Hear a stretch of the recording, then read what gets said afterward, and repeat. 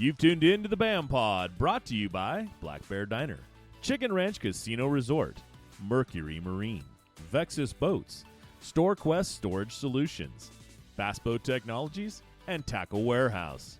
Now, kick back and enjoy the next great episode of the BAM Pod. Tackle Warehouse has everything you need to get out and catch more bass. Rods for every application or technique. Over 1,000 reels to choose from. Monofilament, braid, and fluorocarbon lines. A massive selection of baits from the smallest to the largest. Exclusive baits and colors only available at Tackle Warehouse. Everything you need to build or customize your favorite lures. And of course, countless options to store it all. Tackle Warehouse. Click, save, fish. All right, welcome in, everybody, to the BAM Pod. I'm your host, Big Ed, and on the line tonight, I have got a man who has made himself a heck of a career, and he topped it off this weekend. I'm going to go back and tell you a little bit. He was a Bass Tour angler in 1999, 2000, 2004, 2005. He made it all the way up on the Bass Fan World Rankings at 17th, and he was part of the winning U.S. team in the Euro Cup in Spain. And this weekend he went out and he took on Moses Lake in Washington, and he came out the champ of that one.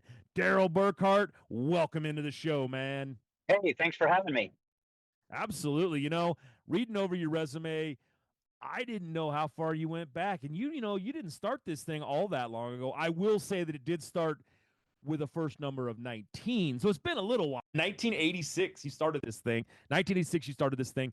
And, you've been just going out there. We just did an interview with you talking about how to market yourself and be a better angler and a better sponsored angler. And we got rid of the word sponsor and said, you know what, a team member of whatever business you're out there dealing with.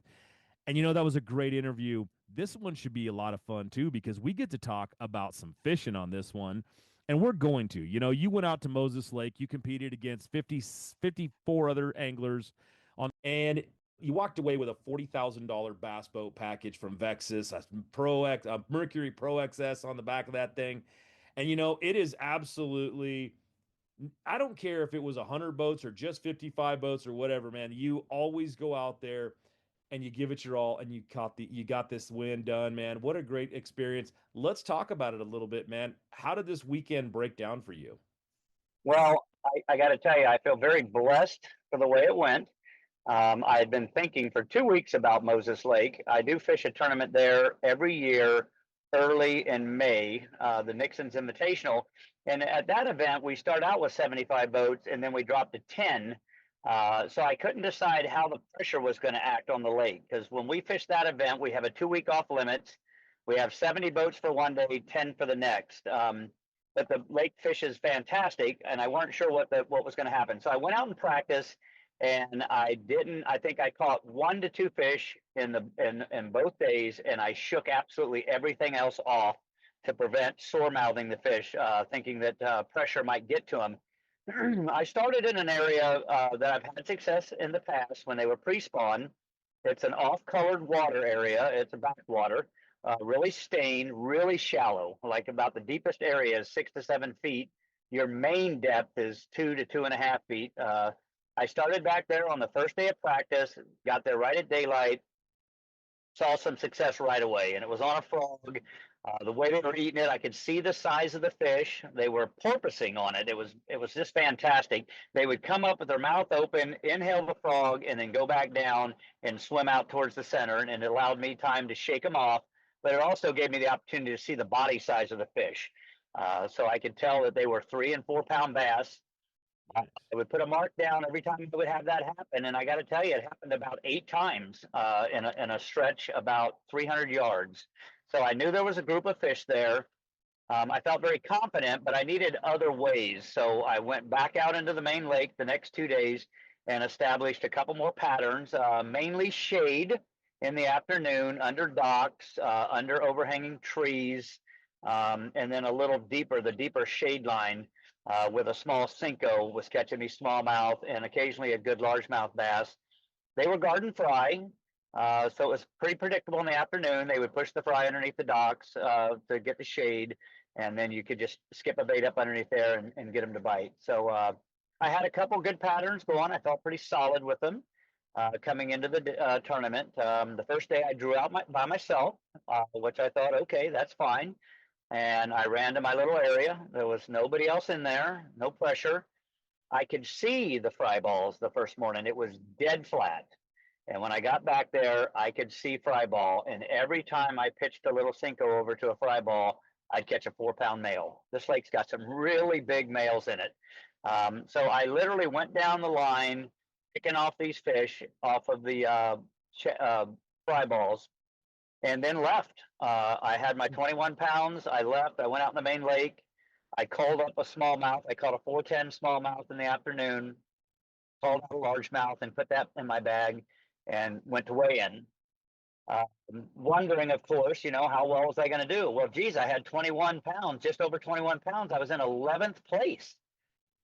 You're thinking to yourself, my goodness, you think 21 pounds will get you in the top 10. But I was in the 11th place.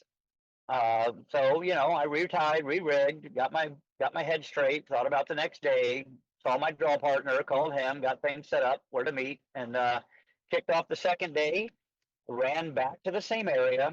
That there was a major change, and the major change was the wind was blowing, and it was blowing pretty good, and it was blowing directly into the bank that I had been fishing. So I knew at that point it was probably going to be impossible to catch him on my little white Cinco.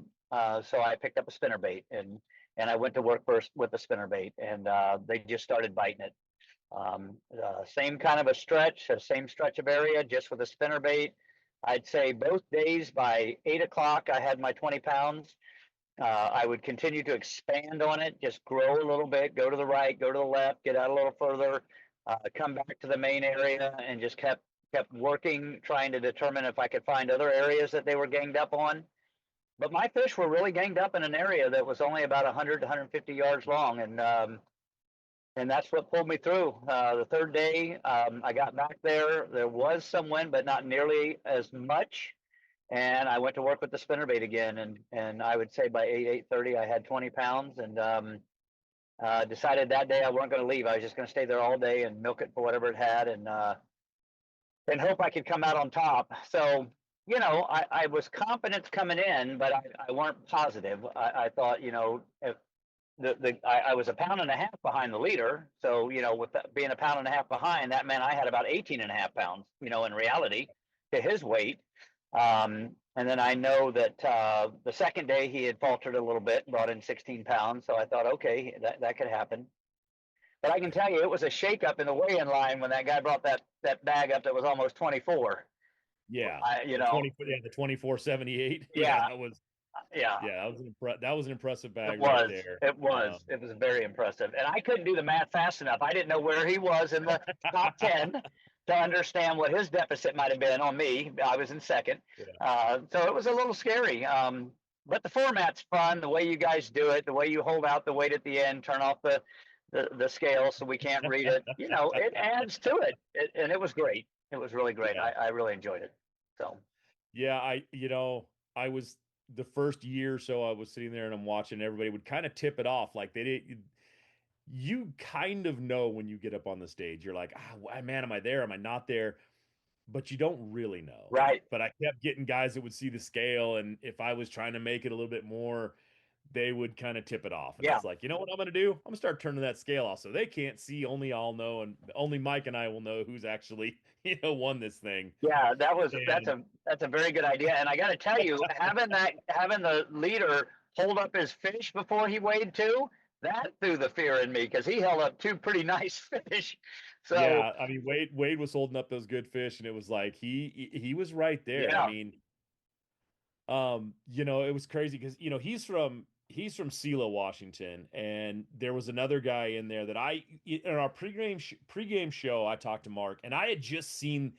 Sometimes you just see people and you see the emotion in them, and this guy came up on there, Marco Valdez, and he just had this emotion. He hadn't, he's been on some of the other tours. He's fished with a lot of these guys in the past, probably yourself, and it's one of those things that it's like. He just had this, I want this thing. He's from Kennewick, Washington, so he's right there also. And it's just like, I just saw that he wanted him. He ended up in second overall. Don't Mhm. get me wrong. He did Yeah. a great, phenomenal job. Wade in third. But it was just one of those things. It's like you still beat him by over 4 pounds. It was amazing. But I thought he was going to be the dark horse, and then you Yeah. come up and just had a great last day, pulled it all together. It just amazing. I mean, you did a great job out there. The I guess one of the other things that I look at is I heard so many, and you just mentioned it here.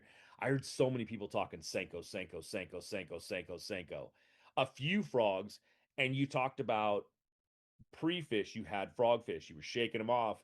They weren't really going in tournament days. You just really weren't getting frogfish at all. The interesting part is it was tied on, and that was my game plan. But when I got to that location and it was so dead flat, and I saw that first ball of fry, I reached over and picked up the spinning rod and pitched to that ball of fry, and that fish ate instantly, and it was a solid fish. And then it just progressed from there. I looked down the Thule line another 20 yards, and there was another ball of fry. So I hit that ball of fry. So I basically kind of cleaned it up through there with the same bait. It was tied directly to braid. I had 30-pound braid on my spinning rod. I was by myself, so I swung every fish in the boat.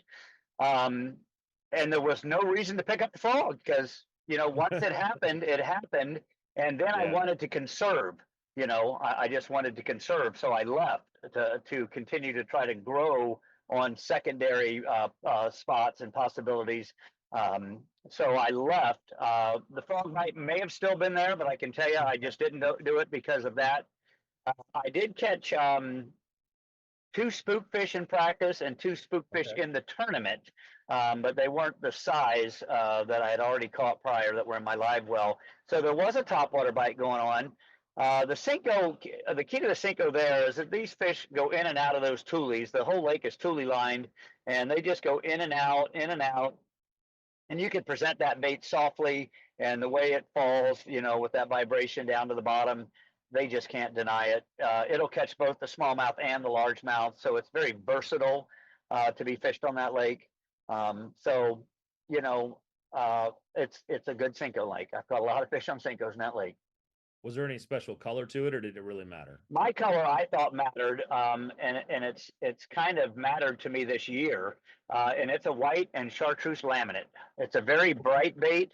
It works in the gin clear water as well. That was the reason I keyed on the spinner bait when I built the spinner bait to start throwing. It was a white nickels with a silver hammered silver blades, and I put a chartreuse skinny dipper on the back. So it was the same color combination as my Cinco as far as white and chartreuse. And I felt like it was key. The deal is when you get confidence in something, you got confidence in it. Whether or not it's the key, I'm not positive, but I know I had a lot of confidence in that. And all my bites in practice came on that white and chartreuse Cinco. And when I switched that spinner bait, it all started to happen. Typically, I throw black, and I had a black tied on for that off-colored water. But they wanted that bait, and I had the confidence in throwing it, so that's what pulled me through. A lot of people don't know, but practice was fairly nice. Weather was good. It was, everybody was having a pretty good time. And I talked to a lot of different guys who said they did, very well in practice, which is, kind of the way it always works. Yes. Some people have good practice, some don't. But then the night before the tournament, a storm came through. And when I say a storm, the people that live there go, I have not seen that in probably 30 years. It was 90 mile per hour winds were blowing, trees were falling over, branches were breaking everywhere. The park we were in looked just decimated. There were shopping carts being blown across Walmart. There was the places where you store the shopping carts were being blown across the parking lot. It was the most intense thing that's probably happened out there in a long time.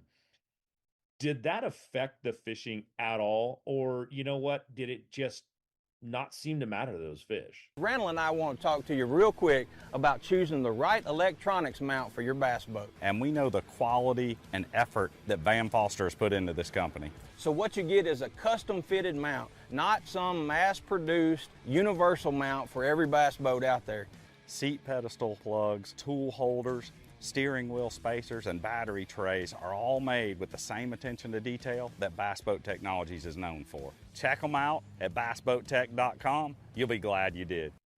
You're right. It was extremely devastating. I slept through it. I had fished so hard in practice. At 7:30, I was out. I didn't hear any of it. I came out the next morning. I had a wall of tumbleweeds up against the side of my truck, and I'm like, "What happened here?" And then when I was out on the water, the trees over, people's awnings, yeah, it was a mess. I can tell you that all I was excited for the low pressure. I knew we were in a low pressure. We were in a low pressure my first day of practice when they were biting. We were in a high pressure the second day, so I knew we were back in a low, and it really excited me. I thought they're going to bite, and they're going to bite right away in the morning. I thought that the one side of my backwater was really muddy, so I knew the water had pounded that bank, not my bank, the bank that I was catching them on. So that didn't affect me at all. I was kind of worried. I thought maybe it had muddied it up, but it didn't. But that low pressure really made them bite and made them bite right away. So I think it was probably a positive, to be honest with you. Okay, that's a good Yeah. thing then, because Yeah. it was a heck of a storm. It was, Yeah. I mean, that was incredible. I'd never really seen any of that, and yeah, but it was fun. The tournament overall, we were up in the Pacific Northwest. Mark is making a swing up there this year again. Potholes, we showed up last year, and I haven't been secretive about my feelings on it. I felt like it's still just not drawing what I think it should draw. I mean, he's bringing he's bringing a boat up there, putting it in the parking lot and saying somebody's driving off with this thing. And he's doing that at every one of these pro-ams. We're going to Potholes next. What do you think? What is it that we're just missing? Is there something we're not doing, something that Mark should be bringing to this Pacific Northwest to see these boats? Because I know they'll draw 150. Because I will tell you this much. I was very, very impressed with what those guys were able to do. Like you said, you were in 11th place with 21 pounds. 15 pounds was the last 20th play, or 20 pound bag. It was absolutely amazing to see the top 15 all above 20. We thought it would be somewhere in that 15 to 16 pound range to get into the top 10. That didn't even get close. I wish there was a way that we could survey to find out what it is. I've been fishing. I fished every FLW, every Bassmaster that's came out west, and I don't understand it. Okay, we had the Nixon's Invitational 2 weeks prior with 75 boats. Had a full field for that permit. So there was 75 guys at that event. So we know we have the boats. We had the Big Bass tournament on Potholes that had 170 boats in it a week ago, 2 weeks ago, whenever that was. So we know that the anglers are there.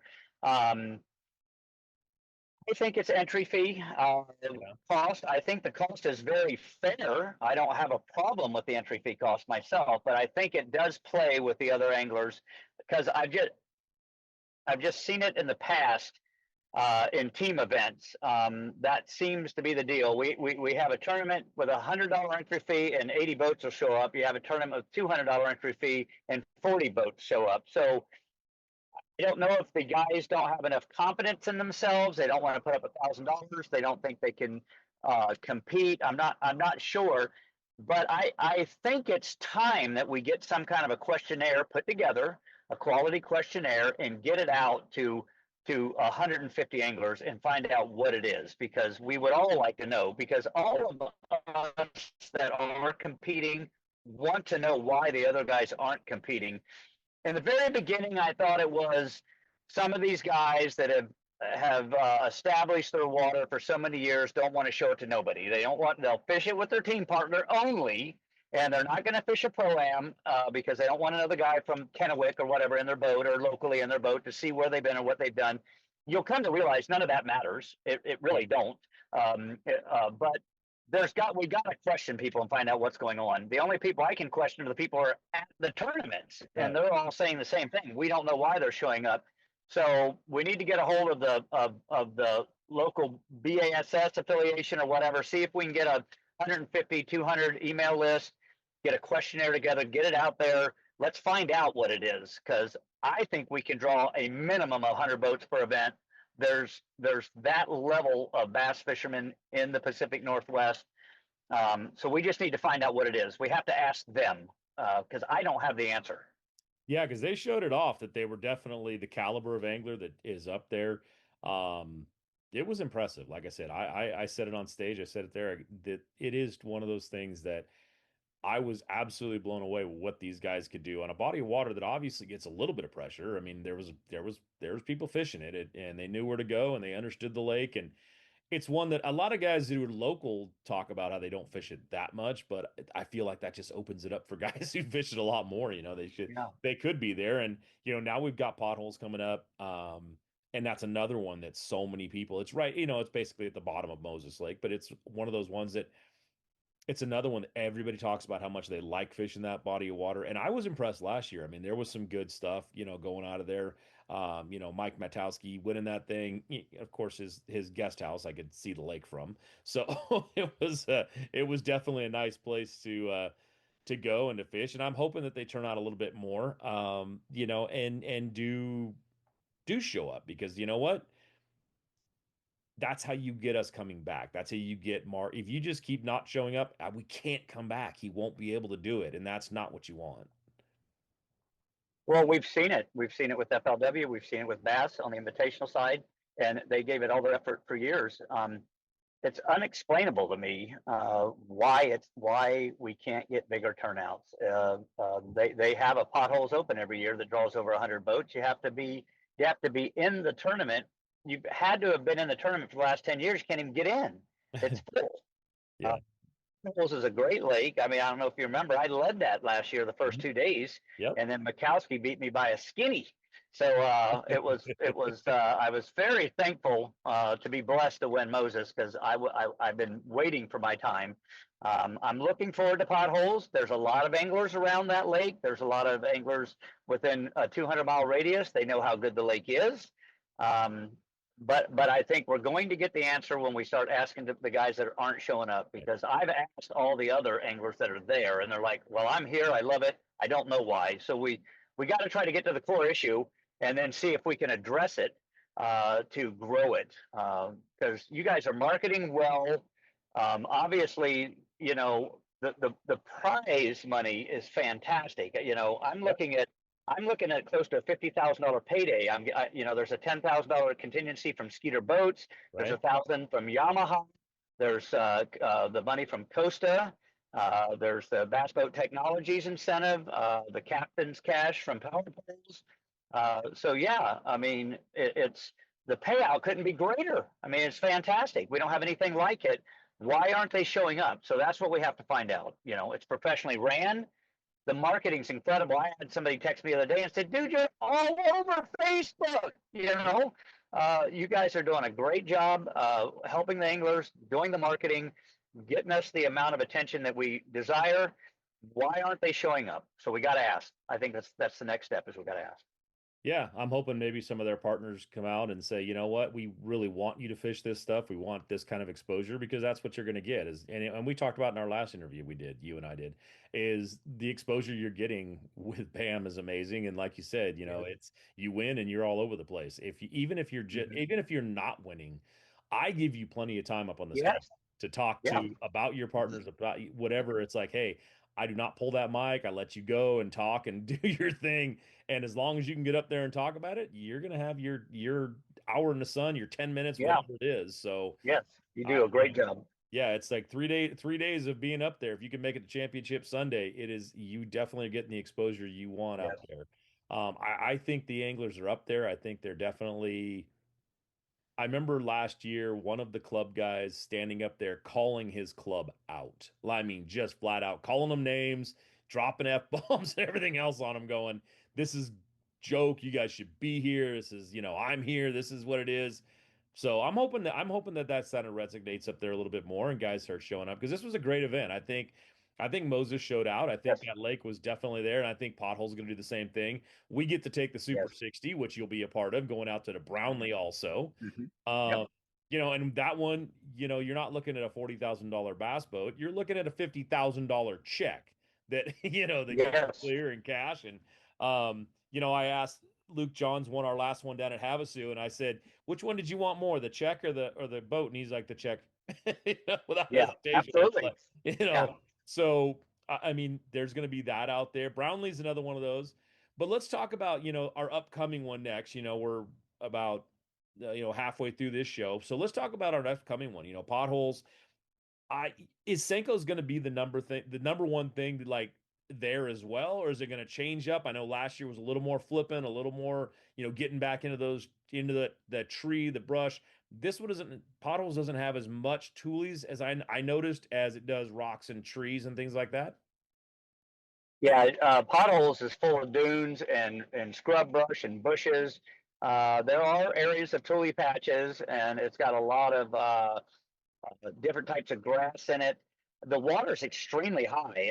I'm not sure what to think right now. I was hoping it was going to be somewhere near the level it was last year, because I had put in so much work. I found where they were staged and where they were backing out. The water's going down. They'll start bringing it down. They haven't yet, but when they do, they'll bring it down almost 1.5 feet a day.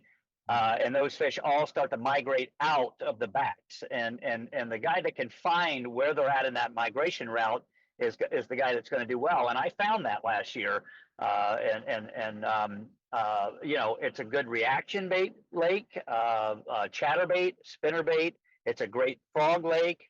You can flip on the lake, and a Cinco is going to be a great lake too, or a great bait in front of those bushes.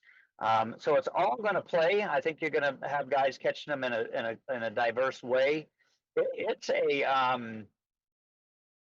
a very complex fishery. When you look at that fishery and understand what the migration is like, the way those dunes are made, where the veins of water are that pull when the lake's coming back down and create a current, when you can get all that figured out in your mind, you're now competitive on Potholes, because there's so much unproductive area. Because if you look, everywhere looks great. Everywhere looks great on the lake. So Definitely. it's going to, let me get you back here. It's going to fish well for everybody. I think we can expect similar weights. I think I had about 18.5 a day last year. There'll be somebody that'll catch up the 20-pound bags. It's going to be a fun event. I might try to go up this weekend to just get a little bit of a heads up on it, because the water being so high, I want to try to see where I think the fish are now and where I think they might be at come official practice. But gosh, what a beautiful lake, huh? Beautiful campgrounds, beautiful facility we're going out of. Bass fishing is unbelievable. We're all working hard to draw people in. I've spent a lot of time on the phone calling people, trying to get people to show up to Moses. I'll do the same thing for Potholes. So I'm really hoping that we see a better turnout, because I don't want to see BAM go anywhere. You guys are working too hard to give us a platform that's just incredible. And all of us as anglers need to do our part to try to help grow it. Absolutely. I know, I talked to Willie Nelson from Nixon Marine about that. He was the one who brought up our boat. He'll be the one who brings it up to Potholes as well.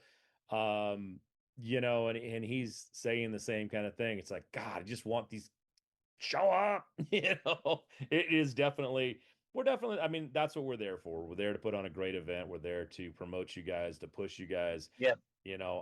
I get up there. I just want you guys to have the best lead ups and everything else I can possibly give you, so that you guys do get the great exposure you deserve. And I think the anglers are there. I think the anglers are going to be there. And yeah, come on out, guys, and fish it. If you're on the fence at all, if it's a money thing, that is hard to get over. And I do get that. I understand that.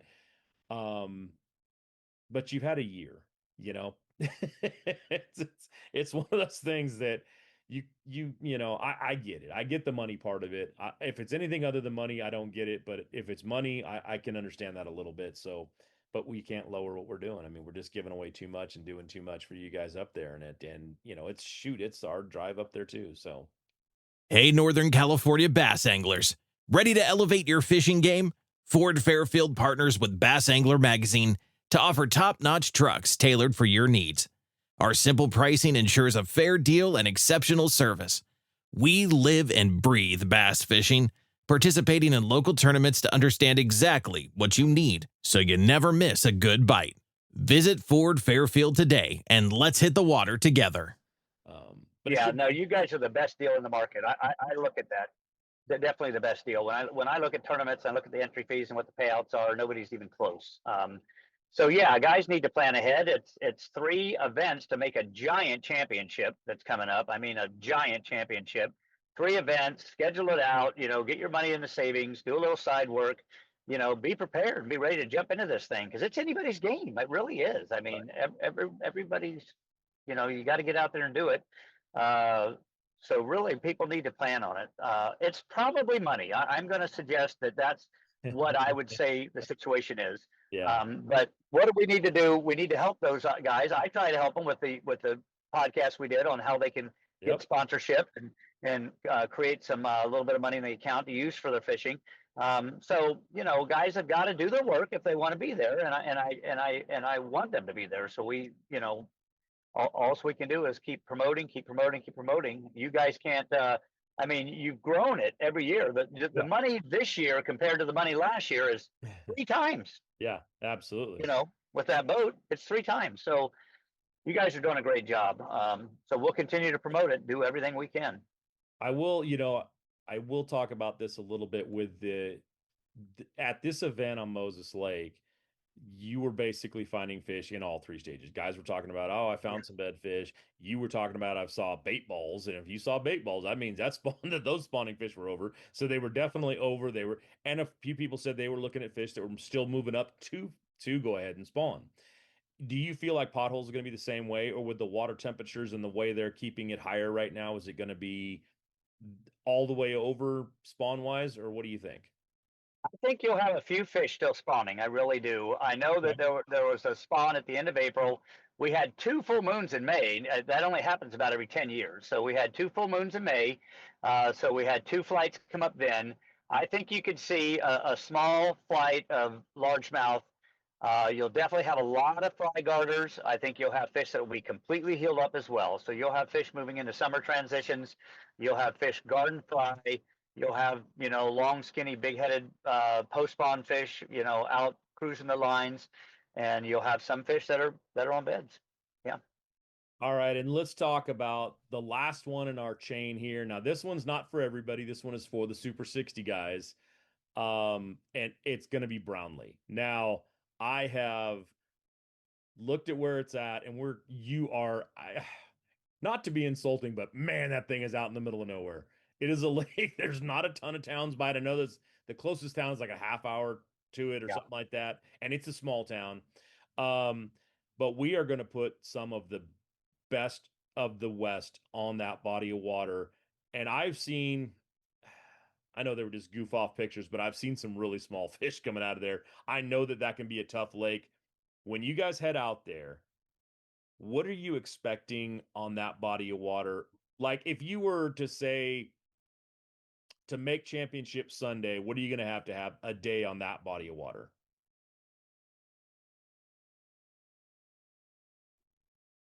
Are we still here? I lost Darryl. Oh, there he is. Okay, am I back? You're back. Your video's down, but your audio's fine. Okay, I don't know why, but that's okay. So I can tell you this: I've never fished Brownlee. I've never been there. Brownlee does have a reputation of being a lake with a lot of small fish. It's very well known for crappie fishing and perch fishing. Very well known, and catfish. It gets a lot of that. I just made my reservations yesterday. I went on and got a campground. There's a beautiful campground right there at Farewell Bend. So I'm going to bring my RV and I'm going to stay at Farewell Bend.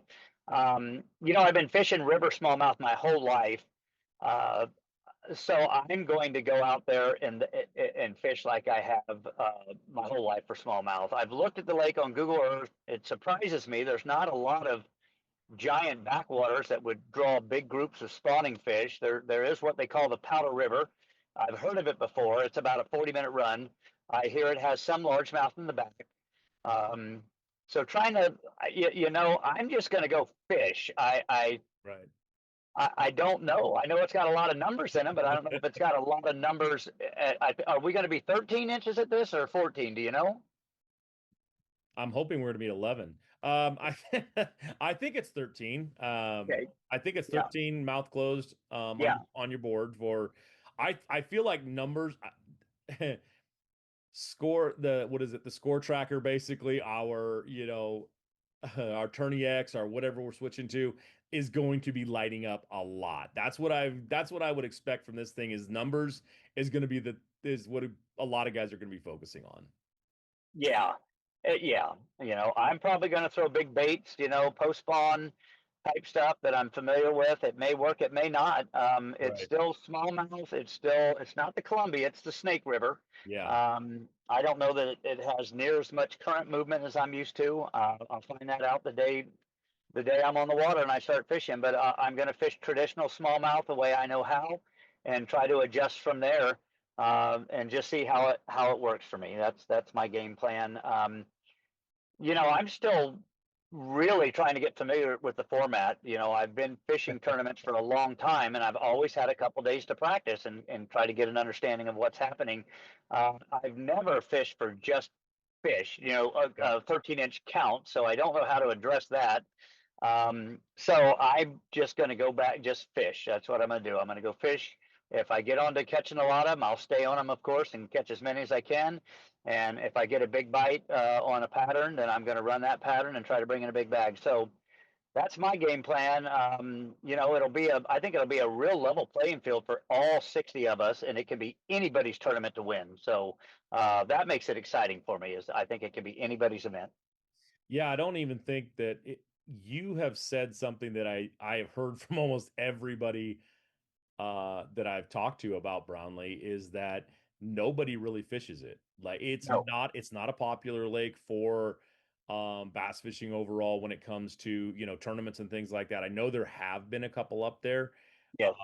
but it's one of those ones that guys don't make it a big destination to go to and fish. So, like you said, I believe it will be a real even playing field. It will be one Yes. that guys can go out there. And like you said, it's if you get around numbers, go numbers. And if you get around you find some quality fish, go for that. But I'll be surprised to see it. I will be happy to see it. I'm always going to be wondering what those, you're the caliber of anglers that the Super 60 has in it is absolutely amazing. I mean, it was shown off at Moses Lake. I mean, you got guys coming all the way from Arizona. You had guys coming from California, and they were making it up there, and they were doing well, catching good fish. And I was trying to think of how many people were even in the top 10 for California. I don't think anybody made the top 10. It was close. I think the closest one was Billy Hines at 14th, but I mean, all the way, Conrad Demix came all the way up from Surprise, Arizona. Oh yeah, there was Carl Okerman. He was up. He was out of there. That's right. He made it up there, and he's from Auburn. So yeah, Auburn, California. So yeah, I mean, there was guys fishing that well. So go the way that the Super 60 plays out, and both those guys that I just named are both Super 60 guys. So yeah, they'll be up there, and it's what you guys can do is amazing. The caliber of angler that you are, absolutely amazing, and it should be a fun tournament to see what they can do and what kind of numbers and weight can come out of that lake. Yes, I agree. And I too am always impressed at the way these guys do it. I mean, that come all the way up to Moses Lake, have a couple days to look around and compete like they competed. It's very impressive to me. So I agree with you 100%. The caliber of anglers is there. The Super 60 is going to be really fun. Somebody's going to put it together, and they're going to put it together based on their abilities, their paralysis, and their gut feelings about what to do as the day gets started, once we get there. So Yeah, I'm looking forward to seeing it, seeing how it ends out. one of these days I've got to make it to your neck of the woods though, because I've got to see what the big draw is to Boring, Oregon. It's my favorite one to come across when you come on the stage. I gotta say, one of my favorite ones to say. One of my favorite towns. It's got to be a giant town that's just full of life. That'll Actually, make me feel right. it's actually a really small town, and they roll the sidewalks up about 7 o'clock every day. So it's quite boring. So they named it right. They did name it right. But I'd love to have you up just to get you out on other areas of the river. The Cascade Locks, Hood River Pool is unbelievable. The Dalles is unbelievable. Salilo is unbelievable. All those different pools on the Columbia are just incredible.